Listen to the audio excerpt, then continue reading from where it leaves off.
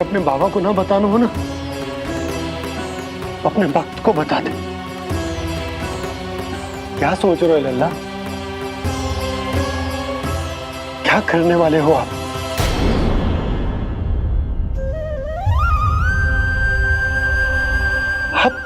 आप इतने दुखी क्यों हो? खाना खाना क्या होगा? क्योंकि मुझे आभास हो गया है बाबा, समय आने वाला है। कौन सा समय आने वाला है लल्ला? शीघ्र ही सब कुछ बदलने वाला है। भैया को मेरा सत्य पता चल जाएगा बाबा।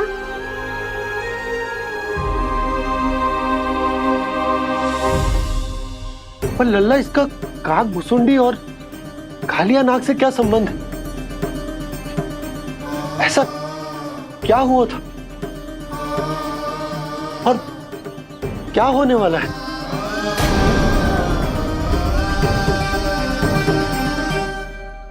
जो होने वाला है बाबा, उसका संबंध उससे है जो सैकड़ों वर्ष पहले हुआ था।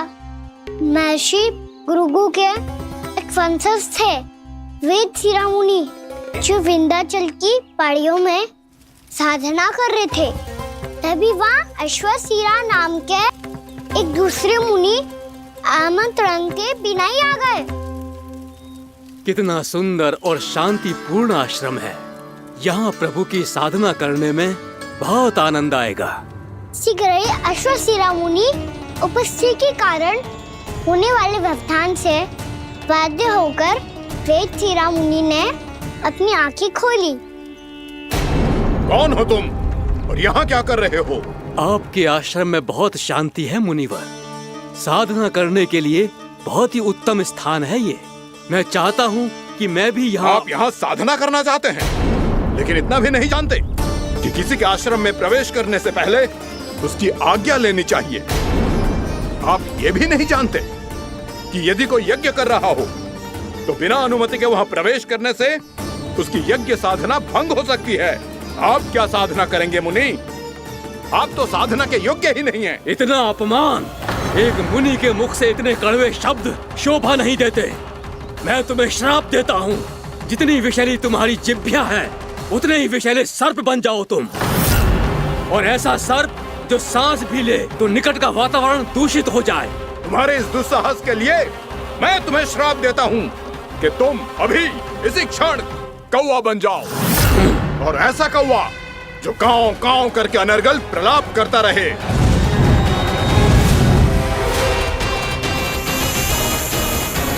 ये मैंने क्या किया? ये मैंने क्या किया?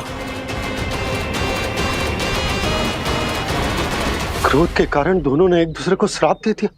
पर दोनों ही मेरे भक्त हैं, और भगवान होकर मैं अपने भक्तों को इतनी कठिनाई में कैसे देख सकता था।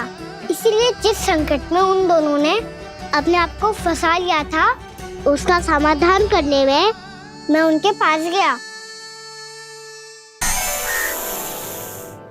देखिए ना प्रभु, ये क्या हो गया हमसे? हमारी रक्षा कीजिए प्रभु, मार्ग दिखाइए हमें। क्रोध पर नियंत्रण ना होने के कारण आप दोनों ने एक दूसरे को बहुत ही भीषण संकट में डाल दिया है। अब दोनों ही तपस्वी, तप के बल से दिए गए आपके श्राप को लौटाना भी संभव नहीं है। प्रभु, कोई तो उपाय होगा, हम आपके शरण में हैं प्रभु। अपराध तो हमसे हुआ है प्रभु, पर अब आपसे ही आशा है। कुछ ऐसा कीजिए भक्त वत्सल, जिससे हम दोनों के श्राप का प्रभाव कुछ कम हो जाए। आप दोनों ही मेरे भक्त हैं, इसलिए आपकी पीड़ा का निवारण करने का एक उपाय है मेरे पास। वेद शिरोमणि, जब आप कालिया नाग बनेंगे तो आपको मेरे चरणों को अपने शीश पर धारण करने का सौभाग्य मिलेगा।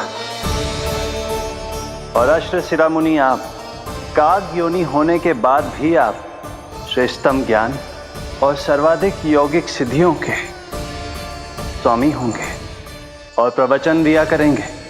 इसके बाद अश्वशिरा मुनि काक भुसुंडी बन गए, जिन्होंने आगे चलकर स्वयं गरुड़ देव को रामन सुराई और मुनि वेदसिरा महर्षि कश्यप और देवी कत्रियों के पुत्र कालियानाग बनकर जल में।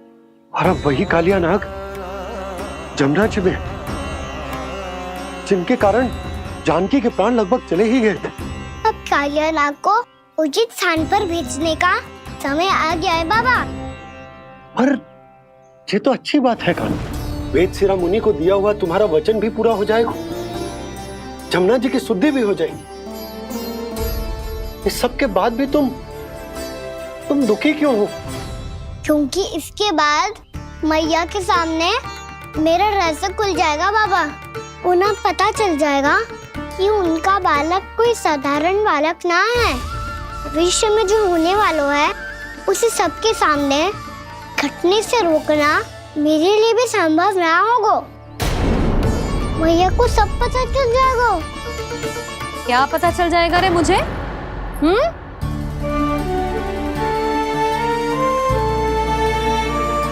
यही कि सबसे अधिक प्रेम मैं आपसे ही करता हूँ। अब बस भी कर, चलो भोजन के लिए बुलाने आई थी तुम दोनों को। भूखा थोड़े ना रहने दूंगी अपने लल्ला को, मेरा लल्ला दुर्बल हो जाएगा ना। आप खिलाओगे तो ही खाऊंगा। हाँ ठीक है, मैं ही खिलाऊंगी। अब चल, आओ जी, चल।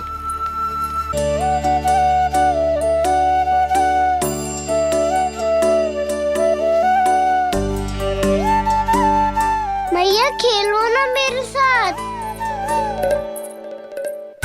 मैया सुनो ना, मेरी बात ना मानोगी? अभी बहुत कार्य पड़े लल्ला, देख जानकी को औषधि भी देने जानो है ना। औषधि मैं दे दूंगा, फिर तो खेलोगी ना आप मेरे साथ।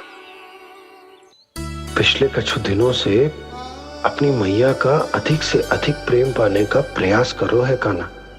इसका तो एक ही अर्थ हो सकता कि कछु बहुत बड़ो होने वालों है। कान्हा रुक जा लल्ला। कान्हा क्यों तंग कर रहा है? मैया को पहन लेना। कान्हा, कान्हा,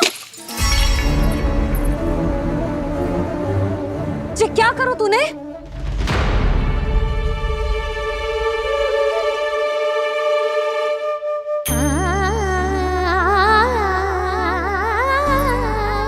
अच्छा ठीक है, अब मुंह लटकाने की आवश्यकता ना है।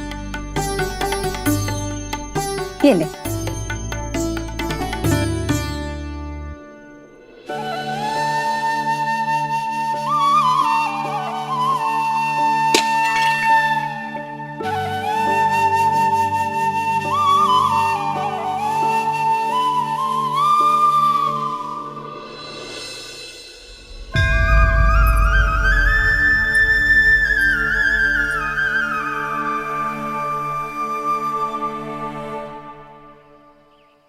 तंग करे मैया को खिजाए, खेले रूठे मनाए।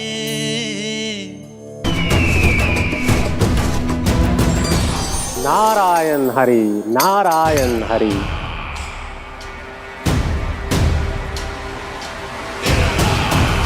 प्रणाम देवर्षि। किस योजना में कितना लाभ है और कितनी हानि, यह आंकलन करते करते थक गए होंगे मथुरा नरेश। देवर्षि, आज मेरा ध्यान कैसे आ गया आपको? आप तो सदैव ही मेरे ध्यान में रहते हैं महाराज कंस। सत्य तो यह है कि मथुरा में जो भी हो रहा है मुझसे छिपा हुआ नहीं है। मैं जानता हूं कि आप किसी भी असुर को वृंदावन क्यों ना भेजें, और वो असुर कितना भी शक्तिशाली क्यों ना हो, कृष्ण का सामना नहीं कर पाता। या तो पराजय स्वीकार करके आपके पास लौट आता है, या तो फिर वीर गति को प्राप्त हो जाता है।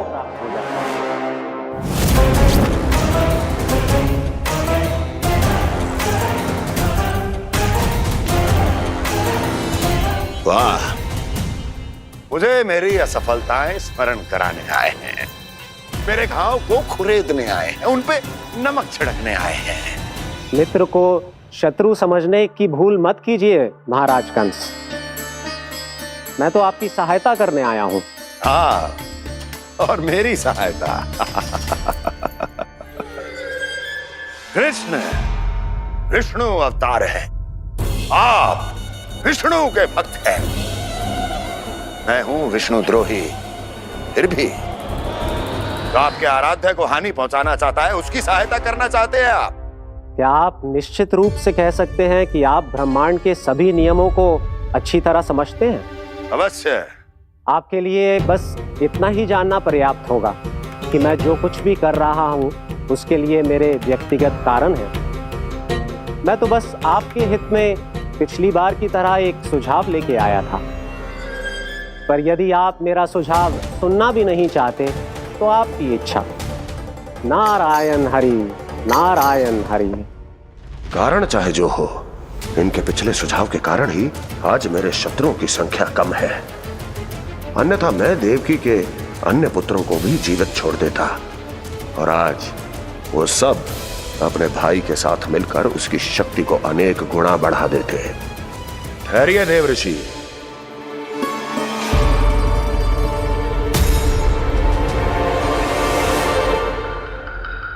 बताइए, क्या सुझाव है आपके पास? मेरे सुझाव का नाम है कालिया नाग।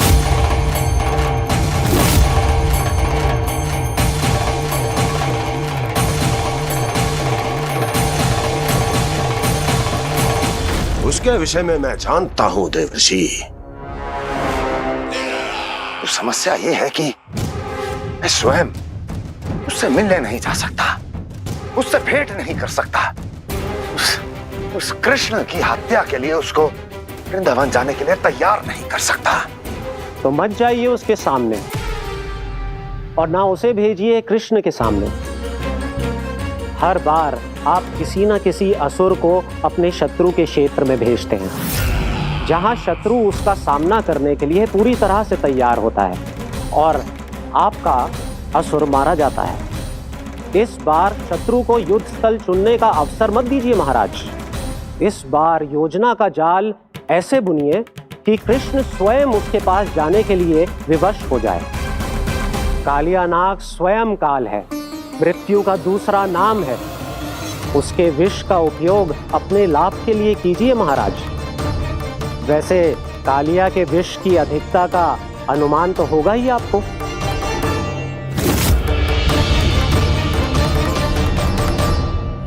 एक बार जो उसके क्षेत्र में पहुंच गया, फिर उसके विष से बचना असंभव है।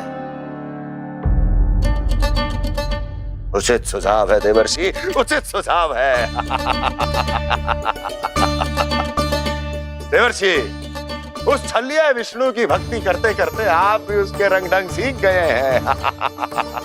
उचित है, उचित है।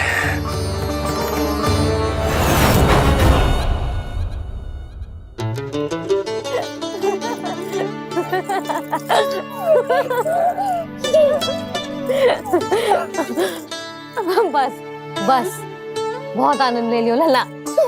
बस अब दूध पी ले। ठहर ठहर, गर्म है। जी ले ले भी।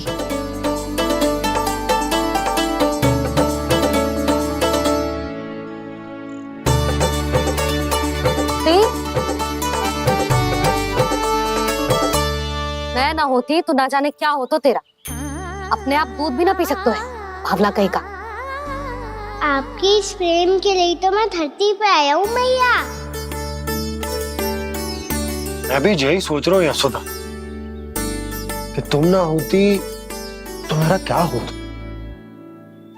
इसी बात पे थोड़ा दूध और कजू खाने को दे दो। अरे मैं तो भूल ही गई।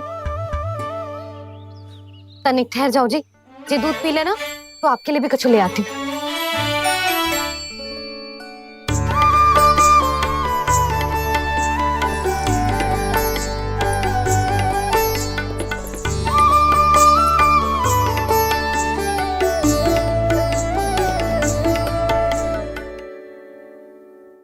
प्रणाम महाराज। आपकी आज्ञा के अनुसार बिल्कुल वैसा ही पत्र तैयार किया है जैसा आप चाहते थे।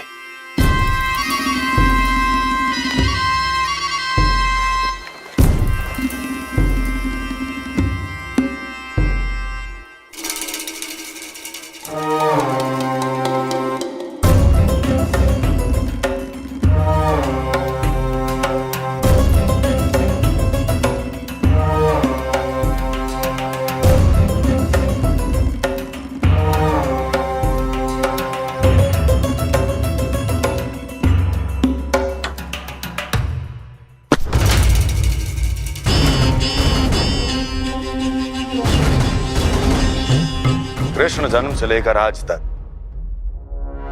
ये मेरी सबसे महत्वपूर्ण योजना है। इसका सफल होना निश्चित है दूत, किंतु केवल वही करना जैसा मैंने कहा है। जाओ।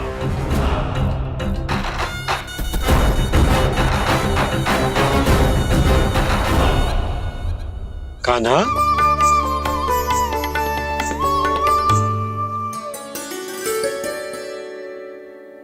क्या होगा? बाबा, मैं चाहता हूँ कि मैया की स्वमता क्रिस्टल फ्रेम की वर्षा मुझ पे सरतेव ऐसे होते रहे। वो तो होती रहेगी लल्ला। अपने लल्ला के लिए किसी मैया का प्रेम कभी कम हो सकता है भला? नंदराज, वो मथुरा से एक दूत आयो है महाराज कंस का राजपत्र लेके।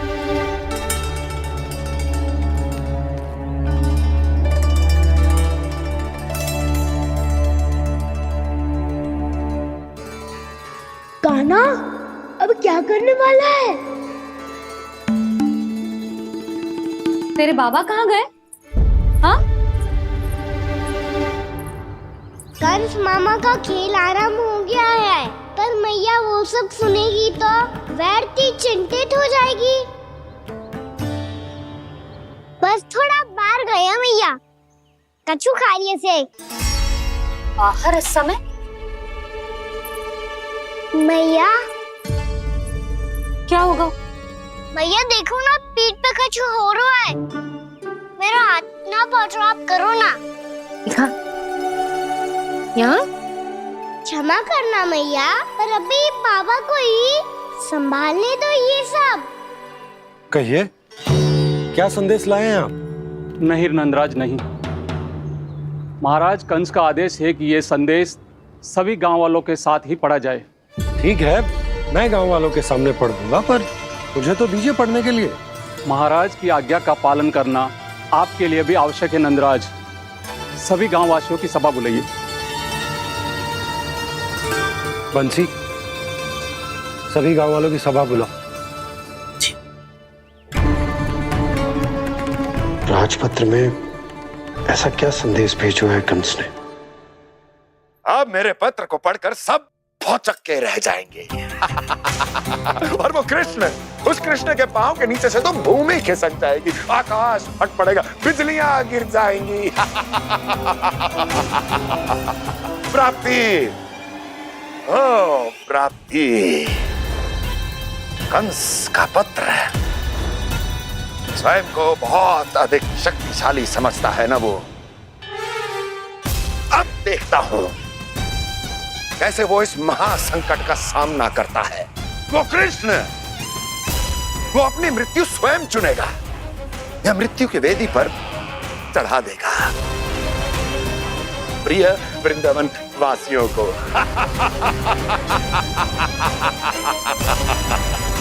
अब आएगा आनंद प्राप्ति, अब आएगा आनंद।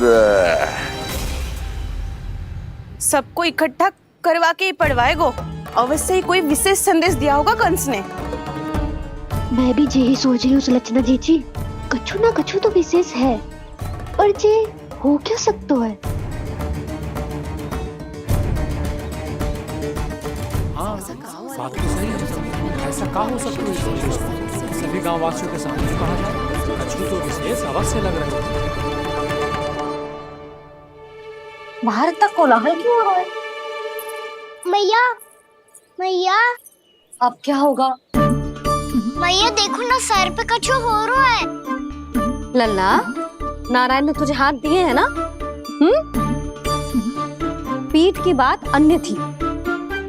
अपने सिर की सेवा स्वयं कर। सर पे तो हाथ पहुंच रहा है ना?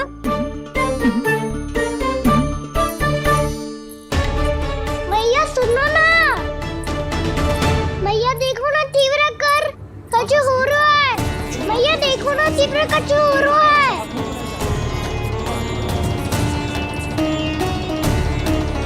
सब लोग आ चुके हैं, अपना संदेश सुनाइए आप। गोपराज नंद और सभी वृंदावन वासियों को सूचित किया जाता है कि मथुरा अधिपति और आप सभी के महाराज कंस ने कल सुबह भव्य पूजा का आयोजन किया है। इसके लिए राज्य को वृंदावन के क्षेत्र के निकट यमुना नदी के मध्य में खिलने वाले 1 कोटि कमल के पुष्पों की आवश्यकता है। इसीलिए आप सभी को यह आदेश दिया जाता है कि ये सभी कमल के पुष्प प्रथम पहर से पहले राजसभा में पहुंचा दिए जाए। इतने सारे वो भी प्रथम पहर से पहले कैसे हो सकते हैं? यदि आप ऐसा करने में असफल रहे तो इसे राज आज्ञा का उल्लंघन माना जाएगा और राजद्रोह के आरोप में आप सभी को कड़े से कड़ा दंड दिया जाएगा। स्मरण रहे, यदि कल की पूजा में इन 1 कोटि कमल के पुष्पों का ना पहुंचने के कारण कोई व्यवधान आया तो समस्त वृंदावन वासियों को दोषी माना जाएगा और पूरे गांव को निवासियों सहित धूल में मिला दिया जाएगा। कल प्रथम पहर तक का ही समय है आप सबके पास।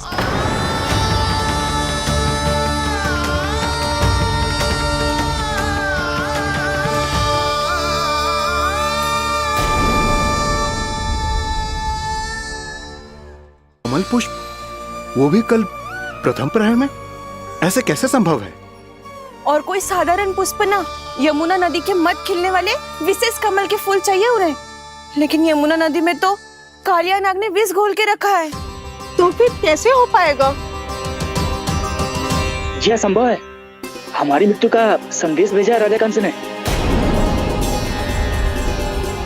सदैव की भांति इस समस्या पर भी गांव के बड़े ही विचार करेंगे। बालकों का यहाँ होना उचित ना है।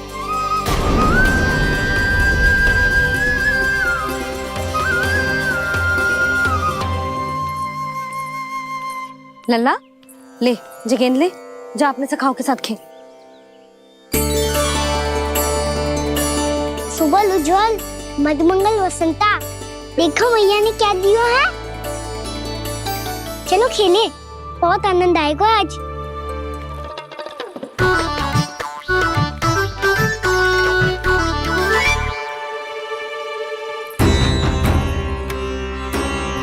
भानु, बंसी, जाओ और शीघ्र ही वो घेरे का कार्य समाप्त करो।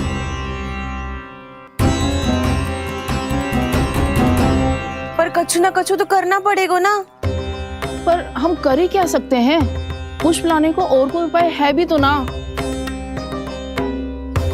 मैं चला जाऊंगा जमुना जी में। वैसे भी मेरे जीवन के कितने दिन शेष बचे हैं। गांव के लिए, समाज के लिए कुछ करके मरूं, तभी तो शांति मिलेगी। ना काका, यदि आप उस विषैले जल में छलांग लगा भी दोगे, किंतु 1 कोटि कमल पुष्प एकत्रित कर पाना आपके लिए संभव ना है। इससे अच्छा है कि मैं चला जाऊं। यदि मैं मर भी गया तो मेरे पीछे रोने वाला कोई ना है। किसी को कहीं जाने की आवश्यकता ना है। गोप नरेश होने के नाते ये मेरा कर्तव्य है कि मैं आप सबकी रक्षा करूं। नंदराज, आपको जाना है तो जाओ। हरिया, काका, भैया सब चले जाओ। लेकिन आपको पता है वहाँ का जल कितना विषैला है। आप लोग एक क्षण भी जीवित नहीं रह पाओगे। फिर कैसे इकट्ठा करेंगे 1 कोटि कमल पुष्प? आप बात तो सही कह रही हैं शांति। उस दुष्ट कंस ने ऐसी मांग रख के हम सबको फंसा दिया। हम में से कोई भी क्यों न चला जाए और इस संकट का समाधान ना निकले को। कान्हा, बताना कौन सा खेल खेलें? गेंद पकड़ खेलते हैं। पर एक बात सुन लो सब, कोई भी तीव्र गति से ना फेंकेगा गेंद को। भैया ने फ्रेम बनाई है मेरे लिए। सब तैयार हो?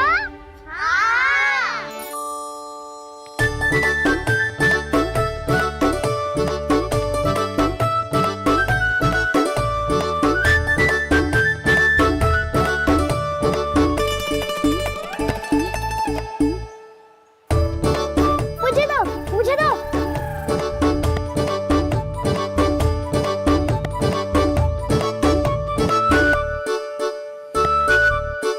मुझे दो, मुझे दो।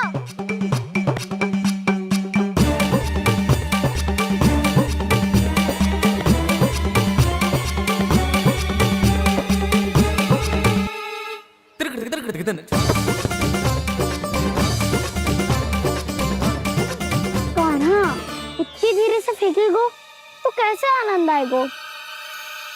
थोड़ा बल लगा के फेंक। हाँ कान्हा, हम अभी बड़े हो गए हैं, तू अब भी छोटे बालकों की तरह फेंक रहा है।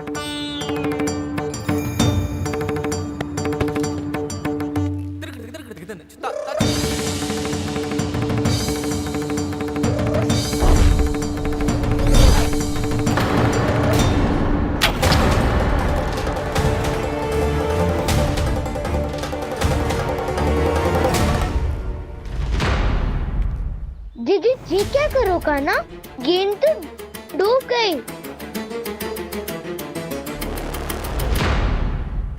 अच्छा, तो ये सब इसकी योजना का भाग था ताकि ये कालिया का सामना कर पाए। तुम सबने तो कही थी तीव्र गति से फेंको, देखो फिकवा दी ना मेरी गेम मुझसे नदी में। अब मुझे जाके लानी पड़ेगी। रुक जा कान्हा, रुक जा कान्हा। जी क्या बोल रहे हो कान्हा? इसमें तो बहुत संकट है। कोई भी संकट मेरी मैया का उपहार खोने से बड़ा ना है। बहुत प्रेम से बना के उन्होंने दी थी। हे नारायण, कोई उपाय समझ में ना आ रहा है। मैया, हम कैसे करेंगे हम अपने गांव की रक्षा? कीड़े पड़ेंगे उस दुष्ट को। यदि उसके कारण किसी के प्राण चले गए तो कौन सा फल मिलेगा उसे इस पूजा का? तुम सही कह रही हो सुध। हमारे पास कोई और दूसरा विकल्प भी तो ना है। यदि हमने मथुरा की राज आज्ञा का पालन ना किया तो इसका दुष्परिणाम पूरे गांव को भुगतना पड़ेगा।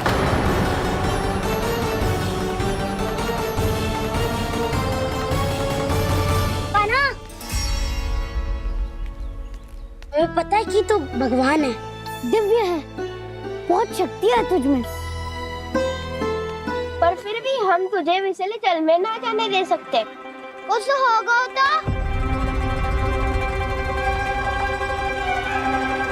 तुम सब इतनी हट कर रहे हो तो ठीक है, ना जाऊंगा।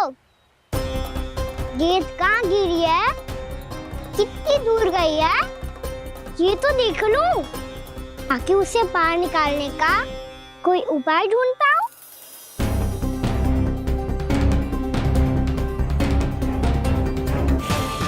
हाँ।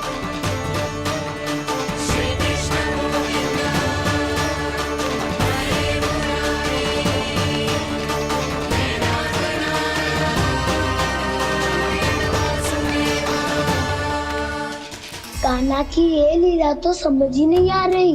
पहले इसने देवश्री नारद को मथुरा जाकर कंस को भड़काने के लिए कहा, फिर स्वयं ही दुखी भी हो गया कि अब इसका रहस्य सबके सामने खुल जाएगा। और अब भी स्वयं ही तो इसने कहा था कि गेंद बहुत महत्वपूर्ण है, फिर स्वयं ही उसे नदी के विषैले जल में फेंक दिया।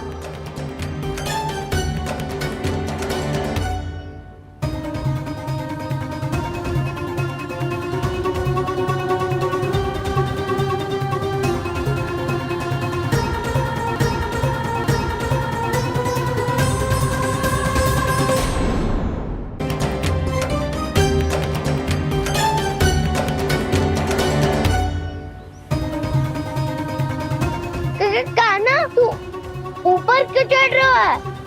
अरे ऊंचाई से देखूंगा तभी तो गेंद दिखेगी।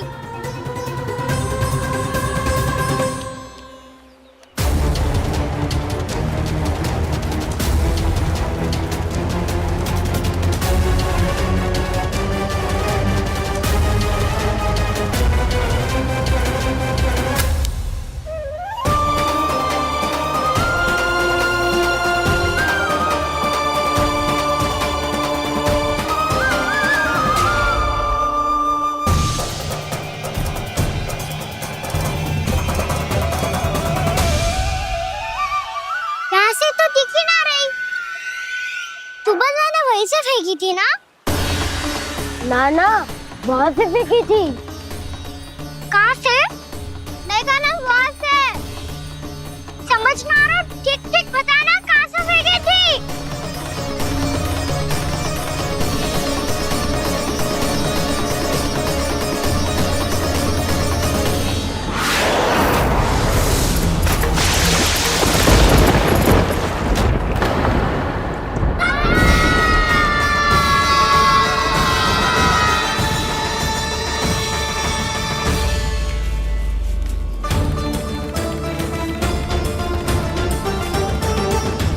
कालिया नाग के क्षेत्र में जाकर कोई भी जीवित वापस ना लौट सको है।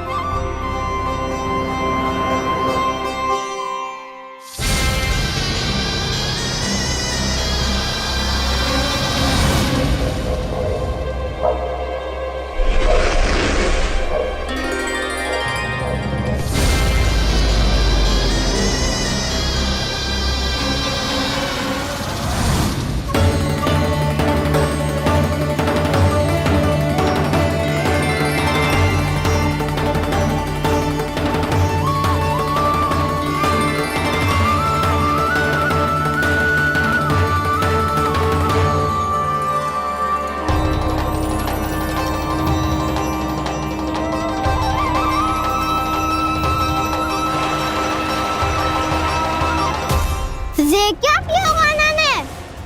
कालिया नाग तो उसे देखते ही निकल जाएगा।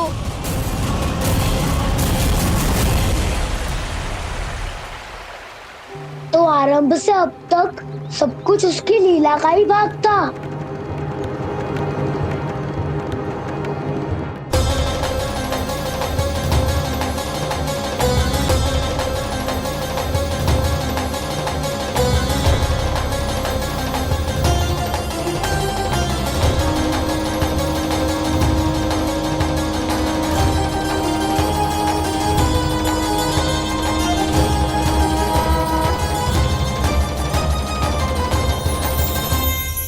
इतना सुंदर रूप, मन मोहने वाली मुस्कान, अद्भुत तेज और भगवान जैसी दिव्यता। कौन हो तुम? हाँ, तुम्हें देखकर तो हम सब सम्मोहित ही हो गए।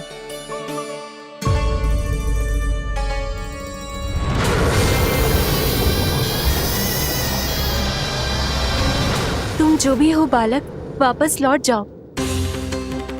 हमारा हृदय तुम्हें ही देखते रहना चाहता है, किंतु यदि हमारे पति जाग गए तो तुम्हें अवश्य हानि पहुंचाएंगे। ये बहुत विषैले है बालक, कालकोट जैसे भयानक। इनके विष से तुम नहीं बच सकोगे। नंदराज, कालिया नाग के विष का प्रभाव बढ़ते ही जा रहा है। पहले 8 कोस तक उसके विष का प्रभाव था, अब तो 1 योजन से अधिक क्षेत्र में फैलो है। जल पीने के प्रयास से अनेक पशु मारे गए हैं और नदी के निकट के वृक्ष और वनस्पति सब नष्ट होने लगे।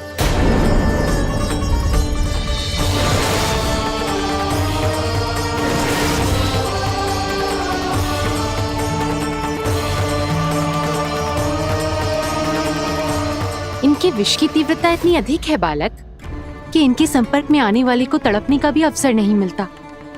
इनके विष की अग्नि क्षण भर से भी कम समय में प्राण वायु को जलाकर राख कर देती है।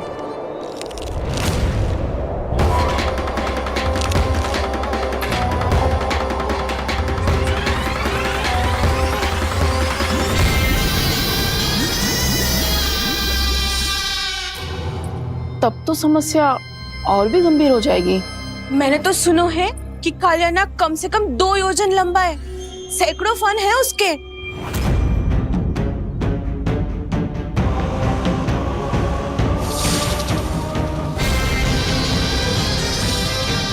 इसका अर्थ तो ये है कि हम दोनों ओर से फंस गए। एक और कंस को 1 कोटि कमल पुष्प देने जो कि कालिया नाग के क्षेत्र में पड़ते हैं, और दूसरी ओर उस कालिया नाग का विष यमुना जी के क्षेत्र में बढ़ता ही जा रहा। इसके कारण हम ही नहीं, निर्दोष पशु पक्षी भी संकट में। इन दोनों समस्याओं का एक ही समाधान है, उस कालिया नाग का सामना करना। और ये ना समझ आ रहा कि हम ये करेंगे कैसे, क्योंकि ये बात साधारण मनुष्य के बस की ना है। हमारे लिए ये असंभव है।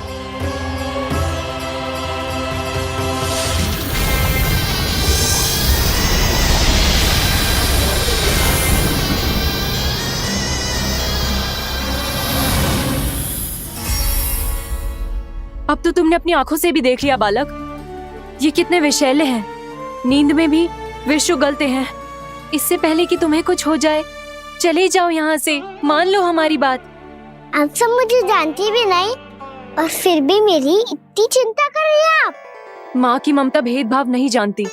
तुम भी किसी के पुत्र हो और हम सब भी माँ हैं। एक माँ को हर बालक में अपनी ही संतान दिखाई देती है। इसलिए हम तुमसे विनती करते हैं, वापस चले जाओ, बचा लो अपने प्राण। मेरी चिंता मत कीजिए, मुझे कुछ नहीं होगा। होगा, अनर्थ होगा यदि ये उठ गए तो।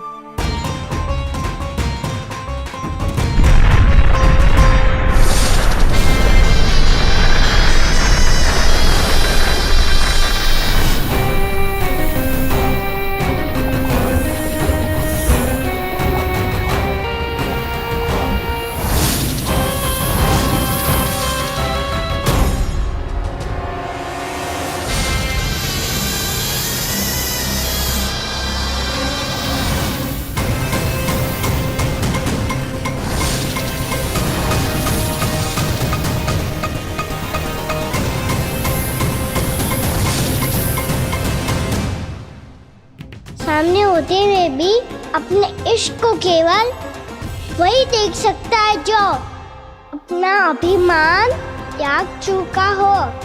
पर पूर्व जन्म में मेरा भक्त होने के नाते मेरा सत्य स्वरूप देख पाने में मुझे इसकी सहायता करनी चाहिए।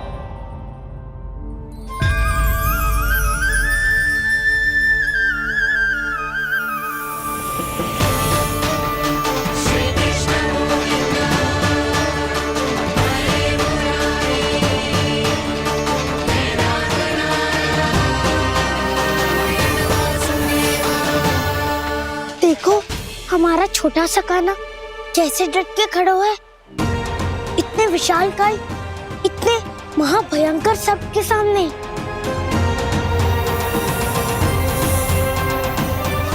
ये कोई भगवान नहीं है जो इसके सामने हाथ जोड़ रही हो तुम सब।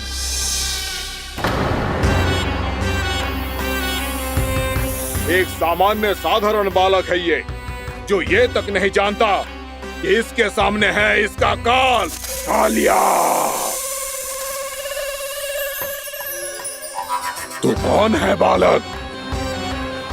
मेरे इतने निकट आकर भी तू जीवित कैसे है? मेरी नहीं, अपनी चिंता करो कालिया। बहुत मनमानी कर ली तुमने। अब बस मैं तुम्हें रोकना हूँ। अब बस मैं तुम्हें रोकना हूँ। मैं तुम्हें रोकना हूँ।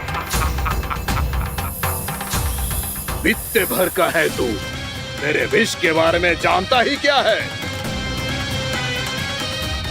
और कहता है मुझे रोकने आया है। किससे? किससे रोकना चाहता है तू मुझे? मुझे क्रोध दिलाने की भूल मत कर बालक। अपनी फुंकार से ही तेरी इस मुस्कुराहट को अंतिम मुस्कुराहट बना सकता हूं मैं। शीघ्र बता, कौन है तू और किसने भेजा है तुझे? तुम्हें आवाज भी है कि अपनी पुकारों से तुम कितना विष भूल चुके हो। पवित्र यमुना नदी को कितना दूषित कर दिया तुमने। और यही नहीं, तुम्हारे कारण निकट के जीव जंतुओं, वृक्ष, वनस्पतियों सबको हानि पहुंच रही है। तो क्या? मुझे उससे क्या? मुझे है आपत्ति है मुझे तुम्हारी इस व्यवहार से, और इसीलिए तुम्हें यहाँ से जाना होगा। यहाँ से जाना होगा।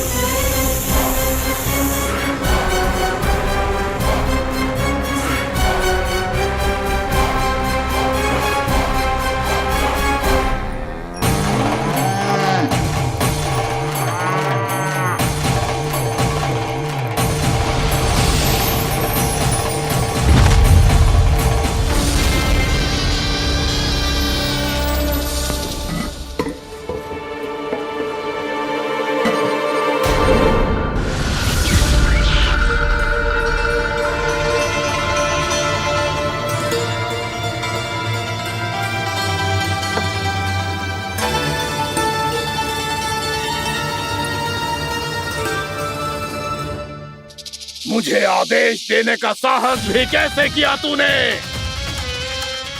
इस क्षेत्र को मैंने अपना राज्य बनाया है, मेरा परिवार रहता है यहाँ, और तू मुझे यहाँ से जाने के लिए कह रहा है? हाँ, क्योंकि तुम्हारे यहाँ रहने के कारण अन्य जीवों को हानि हो रही है और मैं ऐसा नहीं होने दे सकता। मैं तो बस वही कर रहा हूँ जो एक सर्प का स्वभाव है। विष फैलाना स्वाभाविक है मेरे लिए,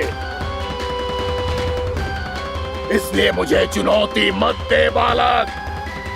चुनौती तो मैं दे चुका हूँ कालिया। अब तो बस तुम्हें शिकार करनी है।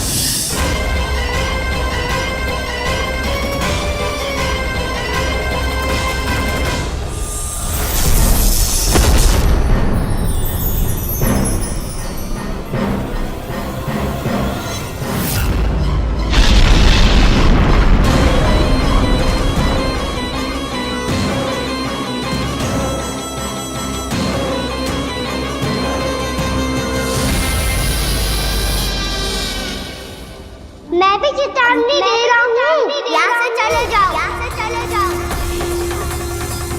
अपनी भूल को पहचानो कालिया, तुम जो कर रहे हो अनुचित है।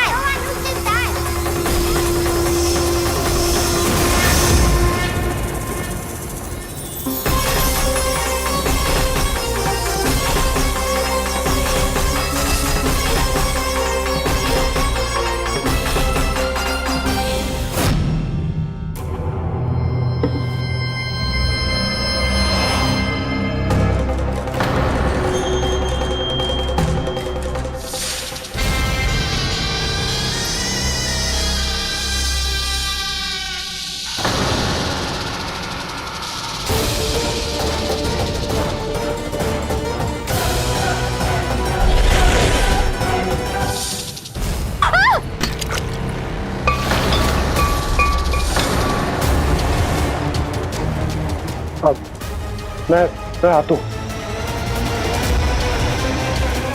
क्या हो गया सुधा? मुझे आवाज हो रहा है जी, कछु ना कछु गड़बड़ है। यशोदा, जो समस्या हमारे सामने है, हम सभी उसका समाधान खोजने में जुटे। तुम विश्वास करो, मैं कोई ना कोई समाधान अवश्य ढूंढ लूंगा। हम कैसे भी करके वो कमल के पुष्प उस कंस तक पहुंचा देंगे। नाना, समस्या उससे कहीं अधिक है, उससे कहीं अधिक बड़ी, उससे कहीं अधिक भयानक है।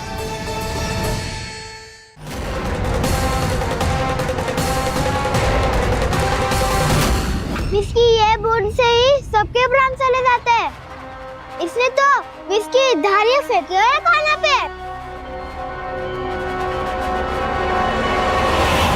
कान्हा कैसे बच्चे को अधिक विष से? इसका विष तो क्या, ये सर स्वयं भी छू तक नहीं पाएगा हमारे कान्हा को।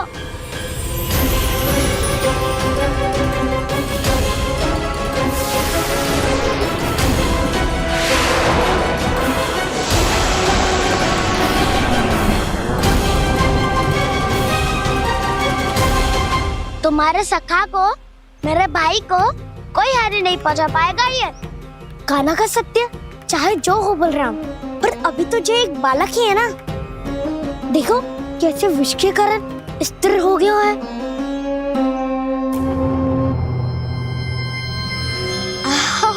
हाउ सर्फ ने कितनी आसानी से अपनी पूंछ से बांध लिया है। मुझे यहाँ से भगाना चाहता था ना तू? अब मैं तुझे दिखाऊंगा अपना सामर्थ्य।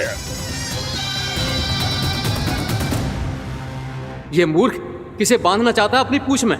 उन्हें जिनका विस्तार सारे ब्रह्मांड में है, या उन्हें जो स्वयं अनंत है? पर देवराज, प्रभु ऐसा करने ही क्यों दे रहे हैं कालिया को? आप सब भूल रहे हैं देवगण, कालिया पूर्व जन्म में प्रभु का बहुत बड़ा भक्त था। उसी भक्ति का फल मिल रहा है अब इसे। वैसे भी भक्तों के मन का भाव सबल हो तो भगवान तो सहज ही बंध जाते हैं।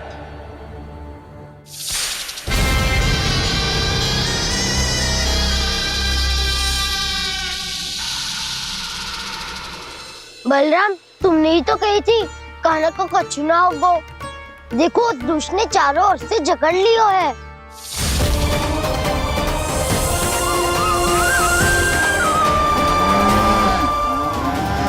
ये क्या कह रही हो तुम? जसोदा जी, क्या हुआ? घबरा क्यों रही हो आप? सुलक्षणा, मुझे आभास हो रहा है कुछ बहुत बड़ी अनहोनी हो गई है। नंदराज, नंदराज, नंदराज!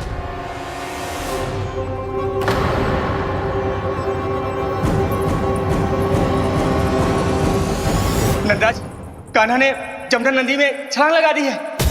कान्हा ने जमुना नदी में छलांग लगा दी है। कान्हा ने जमुना नदी में छलांग लगा दी है। कान्हा जमुना में कूद गया है। मुझे लगा था आज कछु गड़बड़ होने वाली है। मुझे आज कान्हा को ना जाने देना चाहिए था।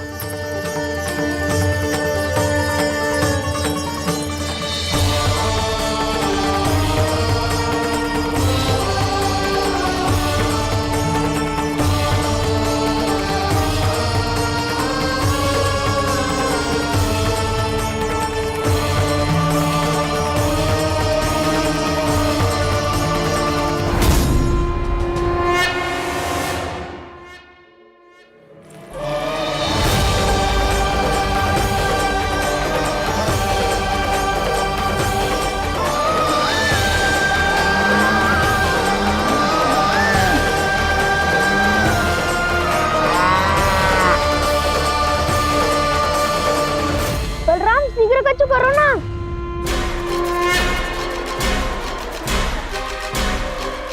कछु भी करो पर कान्हा को बचाओ। नाग बहुत भयंकर है। कान्हा अकेले ना संभाल पाएगा इसे।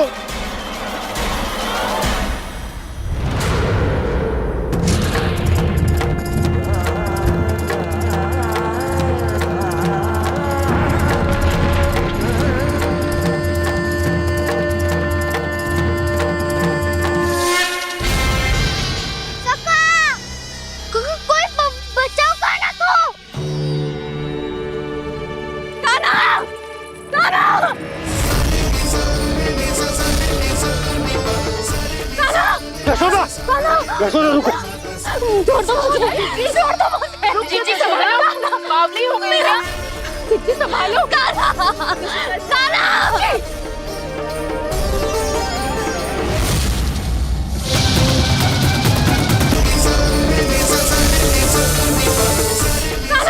यशोदा, यशोदा रुको। छोड़ दो मुझे, प्लीज छोड़ दो मुझे। जीजी संभालो, बावली हो गई है। जीजी संभालो। कान्हा, कान्हा। देखो अब कैसे तुम्हारे अस्थियों को तोड़कर छोटे छोटे टुकड़ों में बदल दूंगा मैं।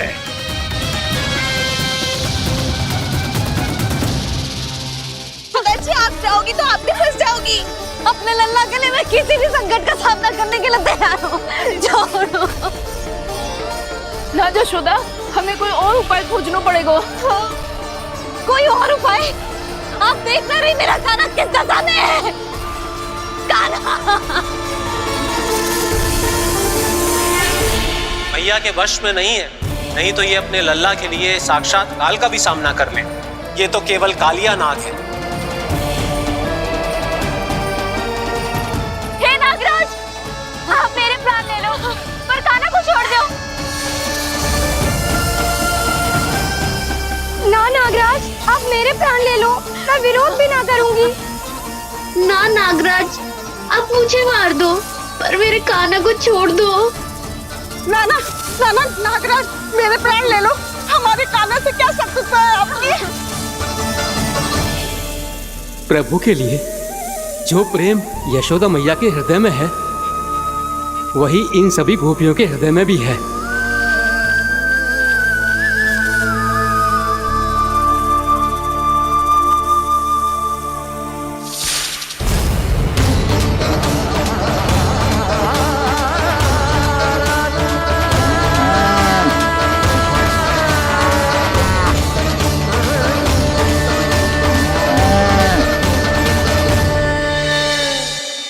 यशोदा, यशोदा, देखो इन गोपियों को, इन गैयाओं को, इन सब के मन में भी तुम्हारी भांति ही ममता भरी हुई।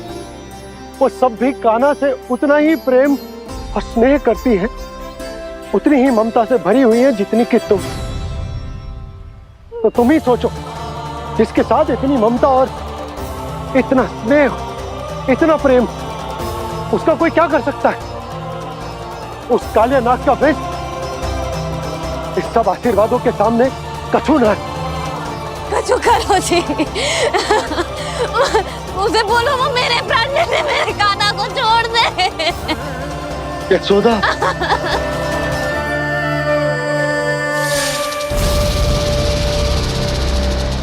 केवल इन्हीं में नहीं देवराज, नाग पत्नियों के हृदय में भी ममता का वही प्रेम उमड़ रहा है। देखिए। मैं आपके हाथ जोड़ती हूँ स्वामी, इस बालक को छोड़ दीजिए। ये अवश्य ही कोई दिव्य आत्मा है स्वामी। हम आपसे विनती करते हैं स्वामी, इस नन्हे बालक को हानि मत पहुंचाइए स्वामी। मेरी पत्नियां मेरे ही शत्रु के लिए विनती कर रही हैं। अब यदि इसके पक्ष में एक शब्द भी कहा तुम सबने, तो मैं इस बालक से पहले तुम सबके प्राण ले लूंगा। हो रहा प्रसन्न नाग कालिया, विजय को निश्चित जान। रोते बिलखते व्याकुल सब, संकट में देख कान्हा के प्राण।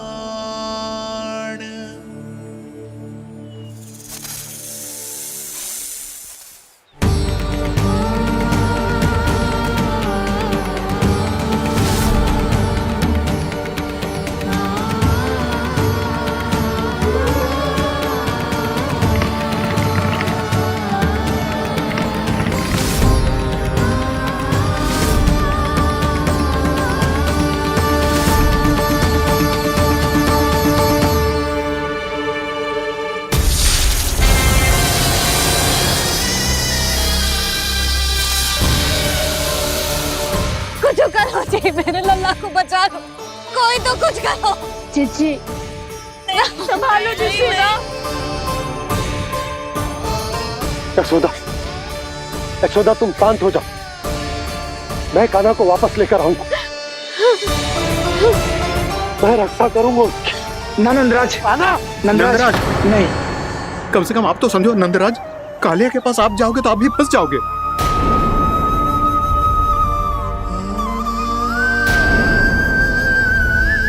बलराम, तेरा भाई इतनी भीषण संकट में है और तुझे जरा भी दुख ना हो रहा? क्या आप सब अब तक नहीं समझ पाए कि कान्हा सच में कौन है? छोटे बाबा, आप तो उसका सत्य जानते हैं ना?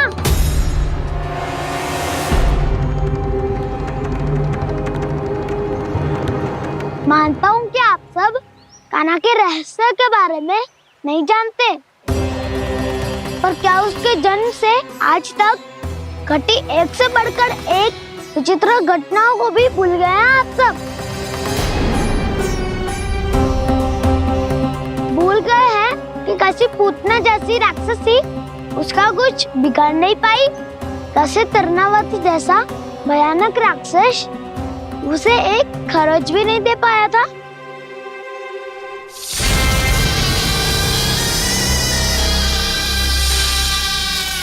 आप सबने अपनी आंखों से देखा था ना, बकासुर से कान्हा की रक्षा करने देवता स्वयं आए थे, पर सत्य तो ये है कि वो सभी देवता भी उस असुर के सामने असमर्थ हो गए थे। तब कान्हा ने बहुत ही आसानी से उस भयंकर असुर का वध किया था। एक ही बार में धराशायी कर दिया था उसे। तो आप सभी सोचिए, बार बार ऐसे असाधारण कार्य करने वाला बालक साधारण कैसे हो सकता है? अब तो आरंभ से ही सारा सत्य जानते हैं छोटे बाबा।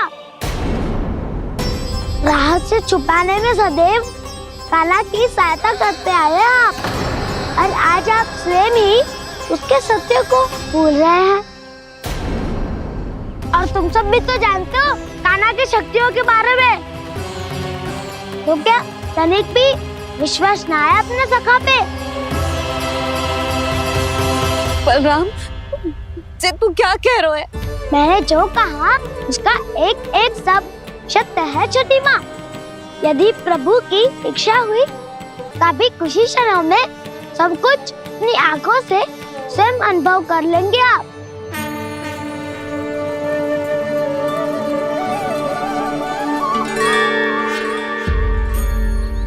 शांताकारं भुजगशयनं पद्मनाभं सुरेशं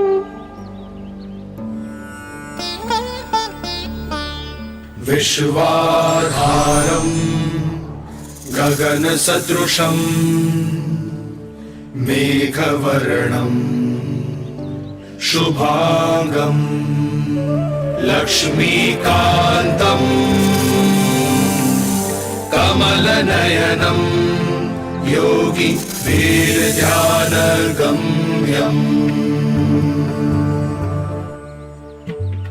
वन्दे विष्णुं भवभयहरं सर्वलोकैकनाथम्।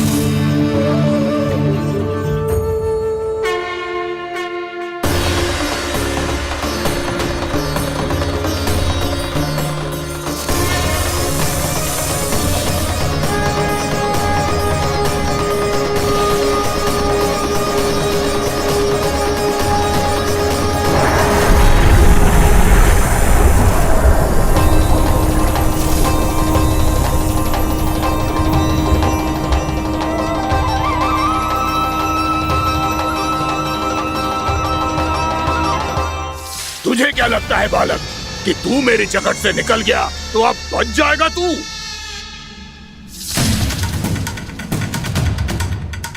मेरे विष से अपनी प्राण रक्षा करने में सफल रहा, मेरी जगत से भी छूट गया, पर मेरे दंश से नहीं बच पाएगा।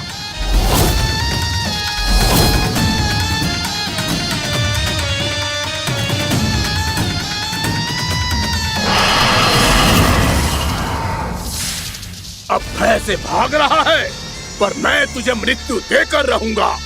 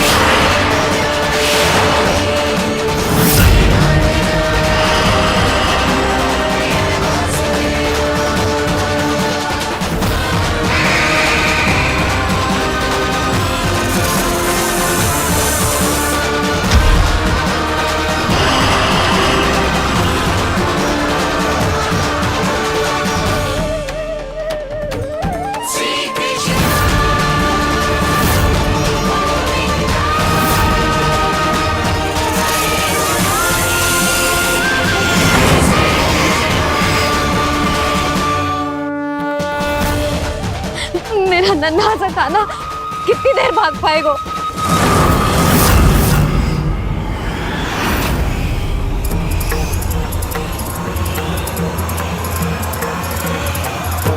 और कितनी प्रतीक्षा करोगे मेरी भक्त कालिया? भक्त नहीं, काल हूं मैं तेरा। जब अहंकार का मुकुट बुद्धि को ढक लेता है तो भक्त अपने भगवान को भी नहीं पहचान पाता। व्यर्थ की पहेली में मत उलझा बालक। ना मैं भक्त हूँ और ना तू भगवान।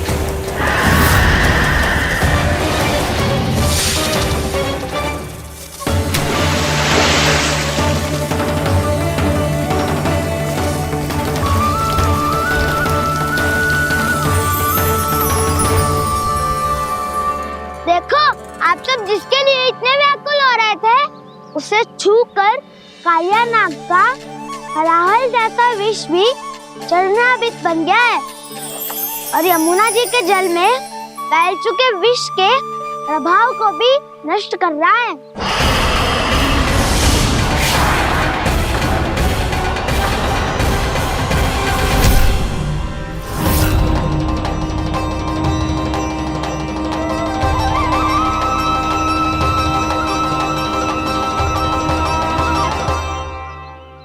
धर्म रक्षक अधर्म विनाशक प्रभु श्री कृष्ण का कौशल सचमुच अद्वितीय है। नारायण नारायण।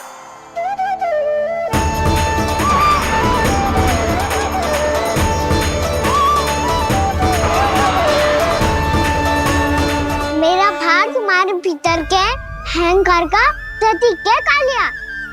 अब तुम्हारा अहंकार, तुम्हारा अनपान मेरे पाँव के नीचे है और तुम्हारी पूंछ अर्थात तुम्हारे प्राण मेरे हाथ में। अब तुम क्या करोगे भक्त?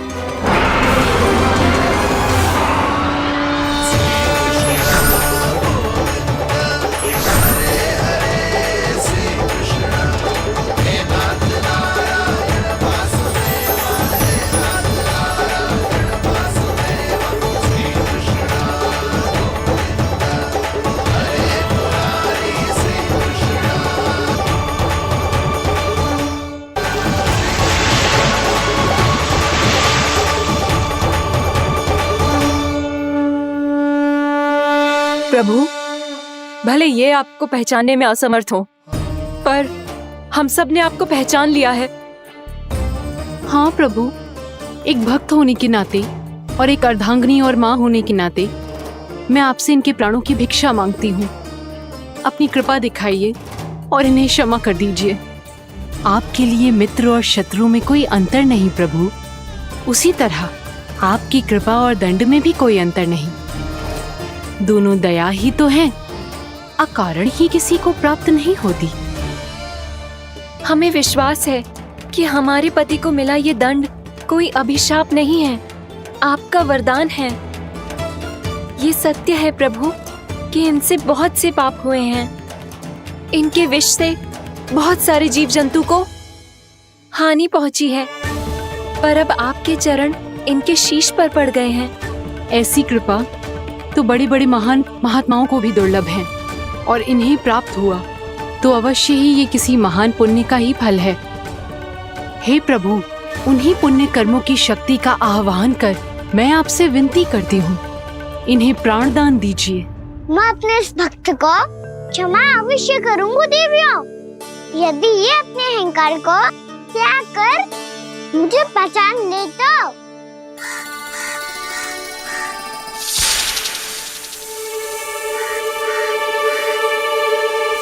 मैं तुम्हें श्राप देता हूँ, जितनी विषैली तुम्हारी जिह्वा है उतने ही विषैले सर्प बन जाओ तुम।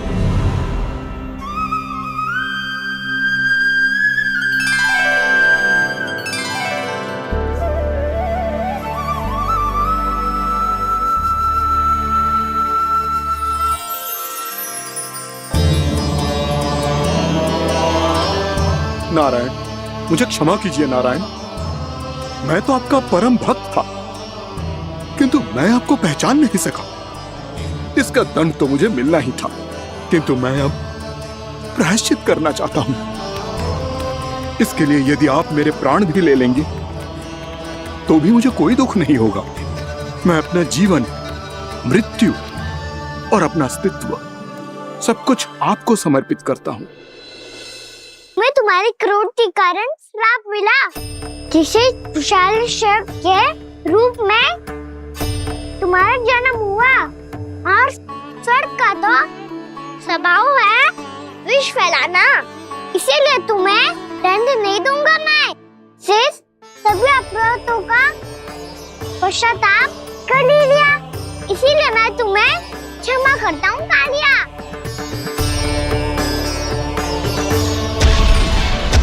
पर तुम्हें यहाँ से दूर समुद्र के बीच जाकर रहना होगा, जहाँ किसी निर्दोष का जीवन तुम्हारे विष से प्रभावित ना हो। मैं चाहकर भी आपकी इस आज्ञा का पालन नहीं कर सकता। मैं असमर्थ हूँ प्रभु, क्योंकि यदि मैं इस क्षेत्र को छोड़कर गया तो मेरी मृत्यु निश्चित है। आपसे क्या छुपा है प्रभु? आप तो जानते हैं कि सर्प जाति और आपके वाहन गरुड़ के बीच अनंत शत्रुता चल रही है, जिसका प्रारंभ नागों के द्वीप नागालय से हुआ था।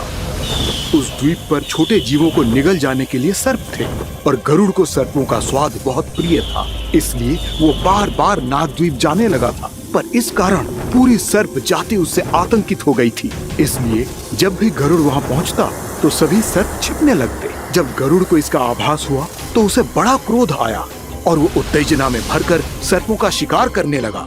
भूख ना होने पर भी उन्हें मारने लगा। अब सर्पों के प्राण हरना उसके लिए खेल बन गया था।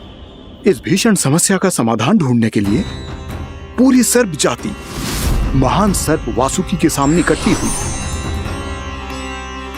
हे महान वासुकी, हमारी सहायता कीजिए। नागद्वीप पर गरुड़ ने आतंक मचा दिया है। पहले तो वो हमें अपना भोजन बनाता था, लेकिन अब हम उसके खेल का साधन बन चुके हैं। भूख हो या ना हो, जब तब आकर वो हमारे प्राण हर लेता है। अनुचित हिंसा के इस प्रथा का आरंभ सर्पों ने ही किया है। पहले आप सबने पूरे द्वीप पर अधिकार कर लिया, फिर आहार के साथ साथ आनंद के लिए भी आप सभी ने निर्दोष जीवों की हत्या की। और जब सृष्टि का संतुलन बनाए रखने के लिए गरुड़ आपको अपना आहार बनाने आया, तो आप सब अपने प्राणों की रक्षा के लिए छिपने लगे। तो फिर गरुड़ का उत्तेजित होना तो स्वाभाविक ही था। नागनाथ, जो हमने अन्य जीवों के साथ किया वही अब हमारे साथ हो रहा है, परंतु ये भी तो सृष्टि के संतुलन के विरुद्ध ही है ना? अवश्य है, इसलिए मैं गरुड़ से चर्चा करूंगा। धन्यवाद प्रभु।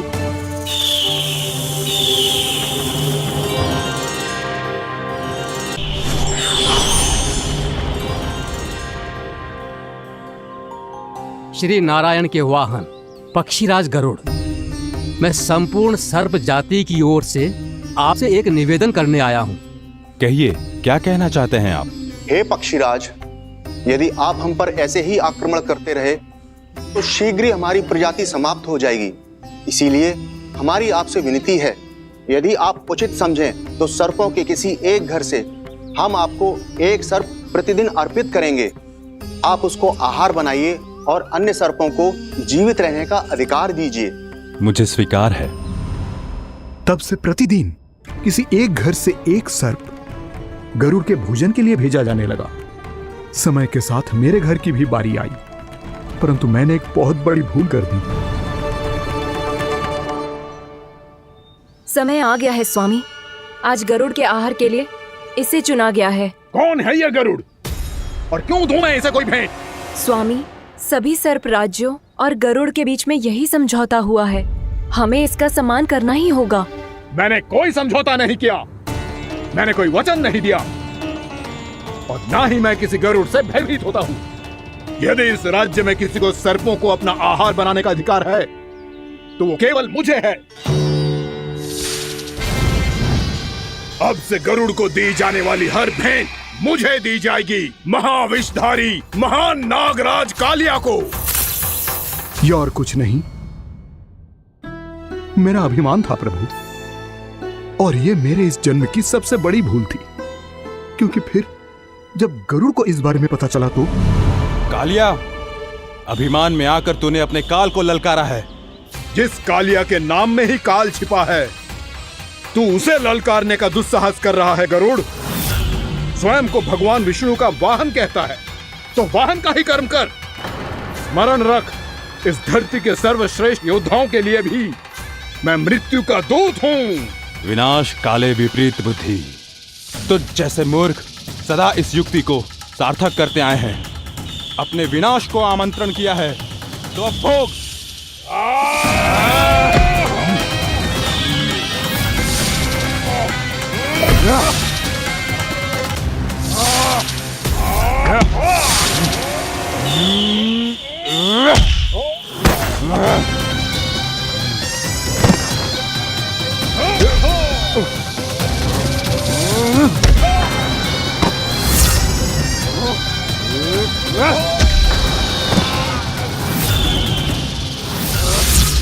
जिसने मेरा भोजन चुराने की धृष्टता की है वो इसी योग्य है।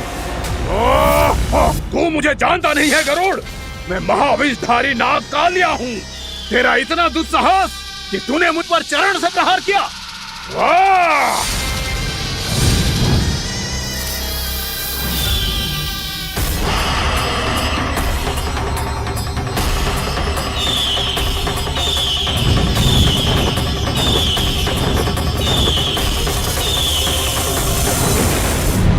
मैं अपने अभिमान में भूल गया था कि गरुड़ मुझसे कहीं अधिक शक्तिशाली है।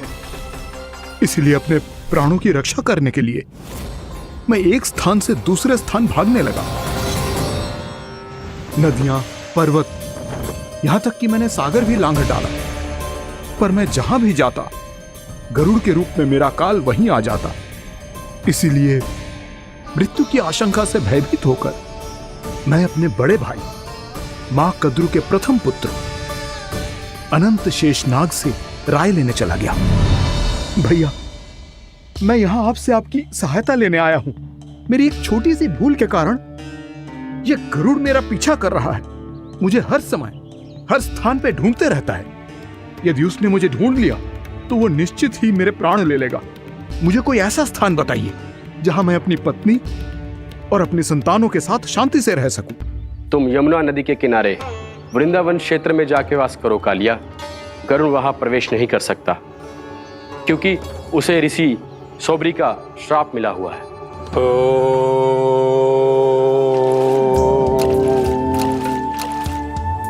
ध्यान और तपस्या का नित्य कर्म करते हुए ऋषि के मन में मछलियों के प्रति प्रेम भाव इतना बढ़ गया कि वो भूल गए सभी जीव खाद्य श्रृंखला का भाग होते हैं और मछलियां भी इस नियम की अपवाद नहीं है।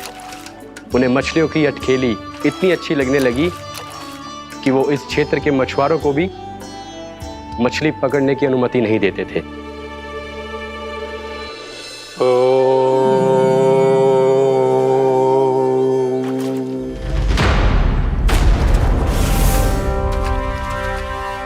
उस दिन वो उस पक्षी को नहीं रोक पाए, पर तब से सावधान रहने लगे। यहां तक कि अपने साधना से भी अधिक ध्यान वो पक्षियों पर केंद्रित करने लगे। ठहरो। इसी क्षण अपनी चोंच में पकड़ी इस मछली को छोड़ दो। तुम्हें इन मछलियों का आहार नहीं करना चाहिए पक्षीराज। ये तो खाद्य श्रृंखला का नियम है ऋषिवर। यदि मैं इनका आहार नहीं करूंगा तो कोई और पक्षी कर लेगा। मैं अपने आनंद या प्रतिशोध के लिए इनके प्राण नहीं ले रहा। ये तो बस मेरा भोजन है। पर यह मेरा तपस्या स्थल है। तुम यहाँ शिकार करके मेरी साधना में विघ्न नहीं डाल सकते पक्षीराज। यदि आपकी यही इच्छा है तो मैं आज के बाद यहाँ नहीं आऊंगा।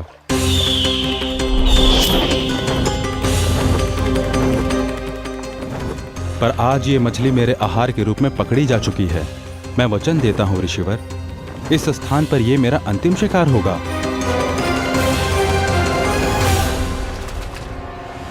आज के बाद यदि तुमने वृंदावन की निकट उड़ान भी भरी तो तुम सैकड़ों टुकड़ों में फटकर मारे जाओगे पक्षीराज। ये मेरा श्राप है।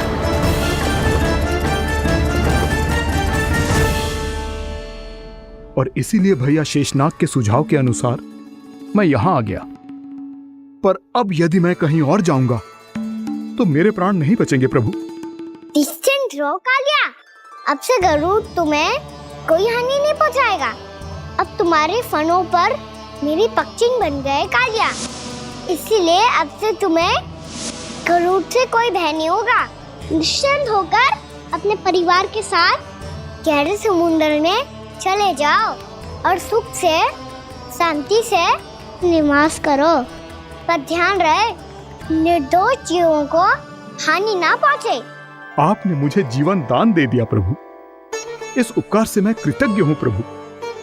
आदेश दीजिए, मैं आपकी सेवा कैसे करूं? तुम्हारे जल क्षेत्र से 1 कोटि कमल पुष्पों को लेने की अनुमति दे दो कालिया। यह मेरी सेवा होगी। प्रभु, ये तो मेरा सौभाग्य होगा।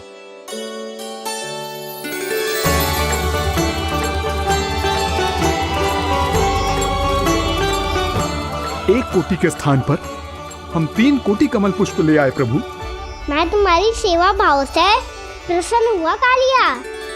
रमनाक द्वीप पर चले जाओ ताकि तुम्हारे कारण फिर कभी किसी निर्दोष जीव को हानि ना पहुंचे और न ही तुम्हारा विष मेरे प्रिय यमुना नदी के जल को दूषित कर पाए।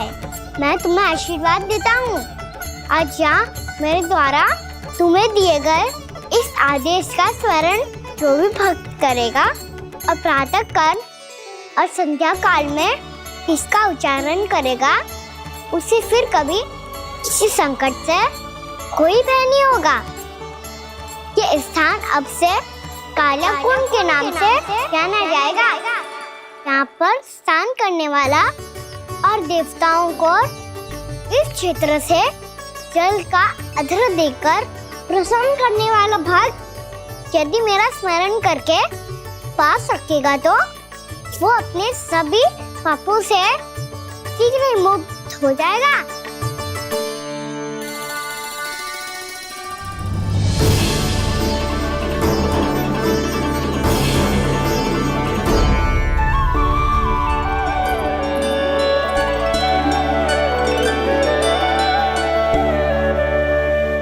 कौन है जी भगवान जिसने अभी अभी कालिया जैसे विशाल विस्तर का सामना किया?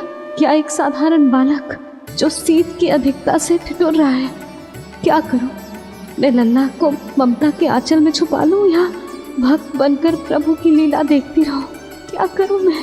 कितना ठंडा था जल, बहुत सर्दी लग रही है। सर्दी से तड़पते हुए कैसे देखूं इसे? अभी जाके अपने पल्लू से सुखाती हूँ। हृदय से लगा के स्नेह की आंच दूंगी तो सर्दी पल भर में छूमंतर हो जाएगी।